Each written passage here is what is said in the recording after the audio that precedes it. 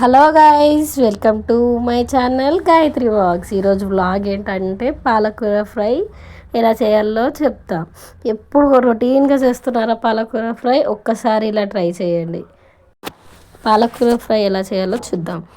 అయితే ఫస్ట్ పాలకూర కట్టలు తీసుకొని ఇంకా సన్నగా తరుముకొని పెట్టుకొని దాన్ని నీట్గా వాష్ చేసి పెట్టుకోండి. దీంట్లోకి కావాల్సిన ఇంగ్రీడియంట్స్ వచ్చేసి ఉల్లిగడ్డ, ఎండుమిరపకాయలు, కరివేపాకు, కొత్తిమీర, వెల్లుల్లి రబ్బలు.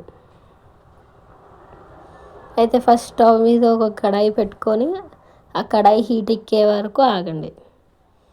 తర్వాత దాంట్లోకి ఆయిల్ వేయండి, పోసు గింజలు వేయండి, తర్వాత వెల్లుల్లి రబ్బలు,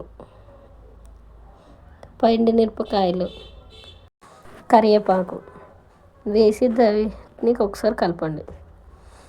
తర్వాత దాంట్లోకి మనం సన్నగా తరుముకున్న ఉల్లిగడ్డలు ఒక 2 మినిట్స్ మూత పెట్టి తీయండి. తర్వాత అందులోకి అల్లం పేస్ట్ వేయండి. అది పచ్చివాసన వెళ్ళేంత వరకు వెయిట్ చేయండి.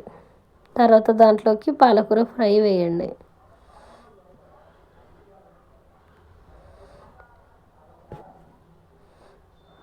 ఒక 5 మినిట్స్ తర్వాత చూడండి, దాంట్లో నుంచి వాటర్ అనేది వస్తుంది.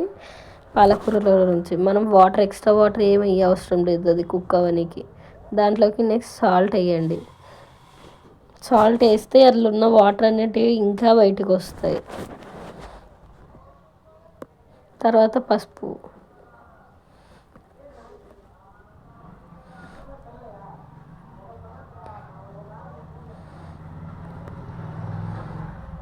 చూసారా వాటర్ అనేటివి పైకి వచ్చేసాయి. ఇవంతా డ్రై అయ్యేంత వరకు, వాటర్ అనేటివి ఇంకే వరకు వెయిట్ చేయండి.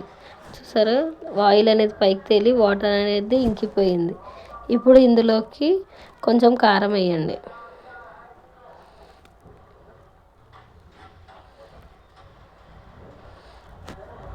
లాస్ట్లో దీంట్లోకి కొత్తిమీర వేసి సర్వింగ్ చేసుకుంటే మనం రొటీన్గా కాకుండా ఇలా ట్రై చేయండి. మనం పాలకూర ఫ్రై చాలా బాగుంటుంది.